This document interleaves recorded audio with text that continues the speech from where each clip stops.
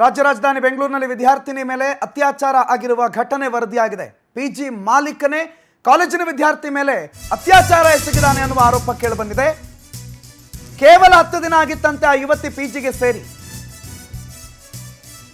College near ಇರುತ್ತೆ, ಊಟ ತಿಂಡಿ ಸಮಸ್ಯೆ ಇರಲ್ಲ ಅನ್ನೋ ಕಾರಣಕ್ಕೆ ಪಿಜಿಗೆ ಸೇರಿದ್ರೆ ಆ ಪಿಜಿ ಮಾಲೀಕ ಆ ಯುವತಿ ಮೇಲೆ ಅತ್ಯಾಚಾರ ಎಸಗಿದಾನೆ. ಸೋಲ್ದೇವನಹಳ್ಳಿಯಲ್ಲಿ ಪಿಜಿ ಒಂದರಲ್ಲಿ ನಡೆದಿರುವಂತಹ ಘಟನೆ ಇದು. 10 ದಿನ ಹಿಂದಷ್ಟೇ ಅಡ್ಮಿಷನ್ ಆಗಿತ್ತು ಪಿಜಿಗೆ. ಆ ವಿದ್ಯಾರ್ಥಿನಿ ಮೇಲೆ ರೇಪ್ ಮಾಡಿದ್ದಾನೆ. ಪಿಜಿ ಮಾಲೀಕ ಅಶ್ರಫ್ ಸದ್ಯ ಪೊಲೀಸರು ಆರೋಪಿಯನ್ನ ಅರೆಸ್ಟ್ ಮಾಡಿದ್ದಾರೆ. ನಿನ್ನೆ ತಡರಾತ್ರಿ ನಿರ್ಜನ ಪ್ರದೇಶಕ್ಕೆ ಕರ್ಕೊಂಡು ಹೋಗಿ ಅತ್ಯಾಚಾರ ಎಸಗಿದಾನೆ ಅನ್ನುವ ಆರೋಪ ಕೇಳಿಬಂದಿದೆ. ಸೋಲ್ದೇವನಹಳ್ಳಿ ಪೊಲೀಸ್ ಠಾಣೆಯಲ್ಲಿ ಪ್ರಕರಣ ಕೂಡ ಈ ಬಗ್ಗೆ ದಾಖಲಾಗಿದೆ.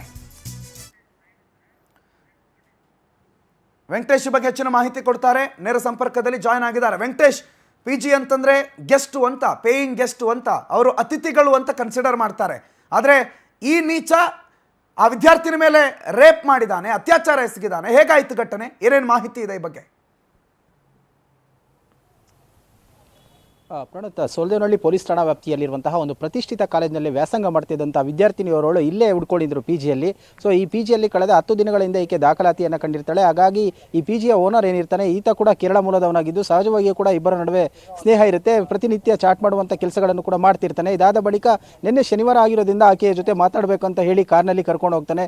ಕರ್ಕೊಂಡು ಹೋದಂಥವನೇ ನಿರ್ಜನ ಪ್ರದೇಶಕ್ಕೆ ಕರ್ಕೊಂಡೋಗಿ ಆಕೆಯ ಮೇಲೆ ಅತ್ಯಾಚಾರವನ್ನು ಎಸಗಿರುವಂಥದ್ದು. ತದನಂತರ ಆಕೆಗೆ ಬೆದರಿಕೆಯನ್ನು ಒಡ್ಡಿ ವಿಡಿಯೋವನ್ನು ಕೂಡ ಮಾಡ್ಕೊಂಡಿದ್ದಾನೆ ಅಂತ ಹೇಳಿ ತಿಳಿದು ಇದೆ. ಅದಾದ ಬಳಿಕ ಬೆಳಿಗ್ಗೆ ಆಕೆ ವಾಪಸ್ ಬಂದಂಥ ವೇಳೆಯಲ್ಲಿ ಕೂಡ ಸ್ನೇಹಿತರ ಬಳಿ ವಿಚಾರವನ್ನು ಹೇಳಿದ್ದಾರೆ. ಆಗ ಅಲ್ಲೇ ಇದ್ದಂತಹ ಕೆಲವು ಸ್ನೇಹಿತರಿಗೂ ವಿಚಾರ ತಿಳಿದ ನಂತರ ಅವರು ಪೊಲೀಸ್ ಠಾಣೆಗೆ ತೆರಳಿ ದೂರನ ಕೊಟ್ಟಿರೋದು. ದೂರಿನ ಆಧಾರದ ಮೇಲೆ ಈಗ ಆರೋಪಿಯನ್ನು ವಶಕ್ಕೆ ಪಡೆದು ವಿಚಾರಣೆ ಮಾಡುವಂಥ ಕೆಲಸವನ್ನು ಕೂಡ ಮಾಡ್ತಾ ಇದ್ದಾರೆ. ಇಲ್ಲಿ ಈತ 2 ಪಿಜಿಗಳನ್ನು ಕೂಡ ನಡೆಸ್ತಾ ಇರುವಂಥದ್ದು. ಒಂದು ಲೇಡೀಸ್ದು, ಮತ್ತೊಂದು ಪಿಜಿ ಜೆಂಟ್ಸ್ಗೆ ಸೇರಿದಂಥದ್ದು. ಜೆಂಟ್ಸ್ ಪಿಜಿಯಲ್ಲಿ ಈತ ವಾಸ ಮಾಡ್ತಾ ಇದ್ದಿದ್ದು.